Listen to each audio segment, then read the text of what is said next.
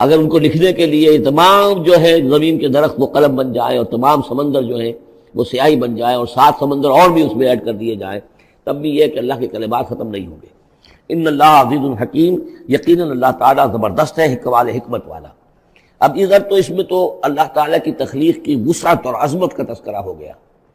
اب اس کا جو اس کے انتظام کا معاملہ، اس کی تدبیر جو ہے، اس میں کس قدر یسر ہے، کتنی آسانی ہے، کتنی سہولت ہے اس کے لیے۔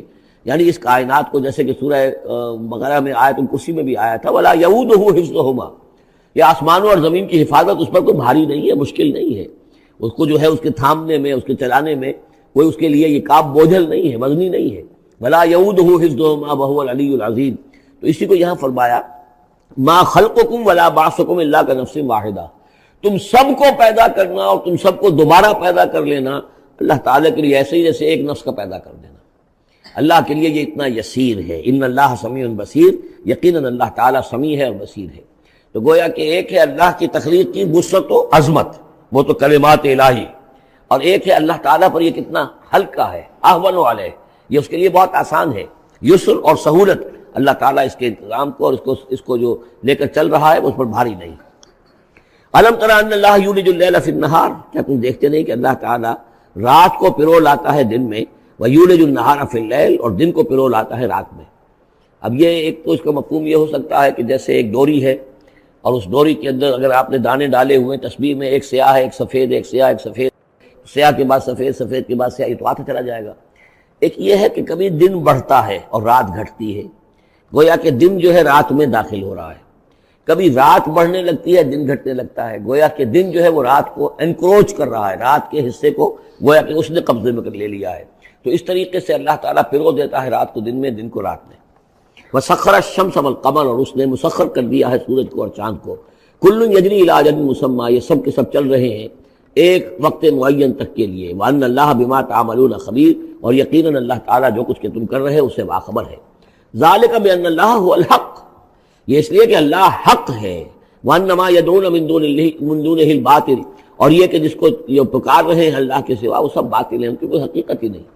باطل اس کو کہتے ہیں جو نظر تو آئے ہو نہ، کوئی حقیقت اس کی نہ ہو، جیسے شراب، پانی نظر آتا ہے لیکن پانی ہے نہیں۔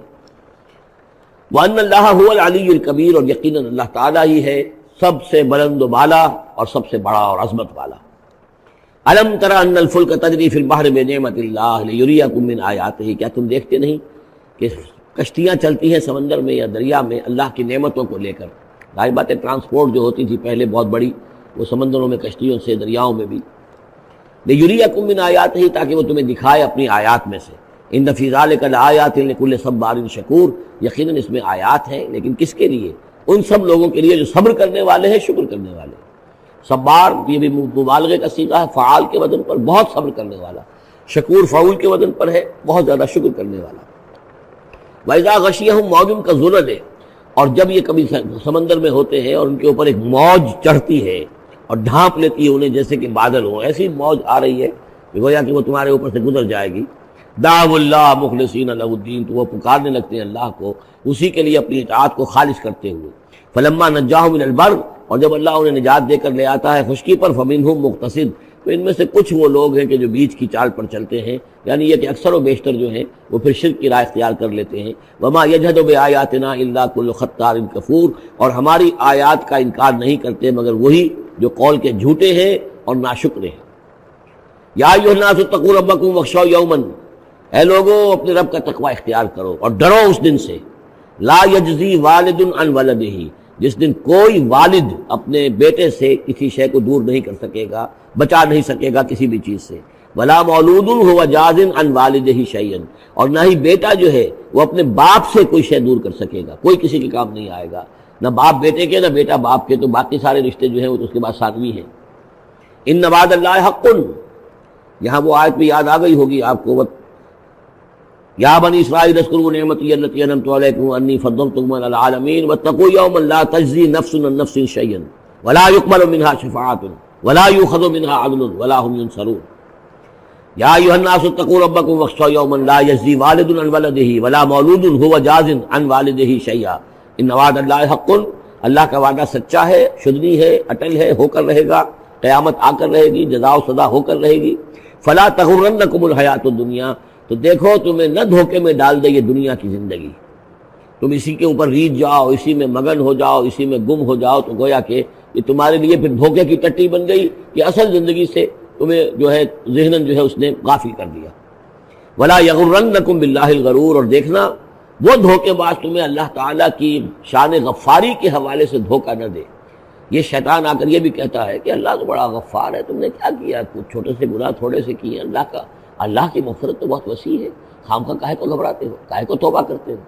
تو یہ جو ہے اللہ کی رحیمی، اللہ کی شان غفاری کا حوالے سے دھوکے میں دینا انسان کو۔ ولا یغرنکم باللہ الغرور ان اللہ عندہ علم الساعہ، اللہ ہی ہے کہ جس کے پاس ہے قیامت کا علم، کہ قیامت کب آئے گی۔ ساعہ اور قیامہ، اس کے فرق کو ذہن میں رکھیے۔ گھڑی وہ معین گھڑی جب کہ زلزلہ ہوگا اور یہ اجرام سماویہ جو ہیں وہ ایک دوسرے سے ٹکرائیں گے، اور پہاڑ جو ہے روئی کے گالوں، یہ ساعہ ہے جس میں کہ ہلاکت ہوگی دنیا کی آخری۔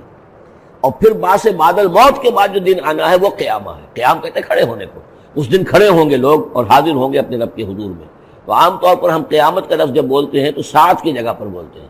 قرآن کی جو پرٹیکولر اپنی ٹرمینالوجی ہے اس میں یہ ساعہ ہے، وہ گھڑی کہ جس میں ہلچل ہوگی اور یہ جو بھی کچھ ہونا ہے جس کا کہ نقشہ کھینچا گیا، القاریہ بالقاریہ وما ادراک مالقاریہ، یہ ہے الساعہ۔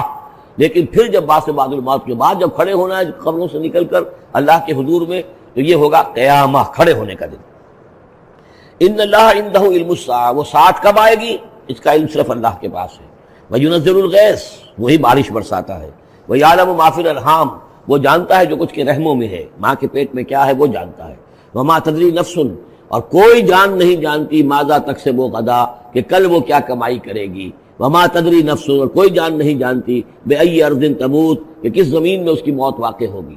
ایک شخص ہے اپنے ملک سے صرف چند دن کے لیے کہیں باہر گیا، وہیں انتقال ہو گیا، اسے کبھی گمان بھی نہیں ہو سکتا تھا، سال ہر سال سے کہیں مقیم ہے وہاں موت نہیں آئی، اور کہیں گیا ہے اور وہاں موت آ گئی۔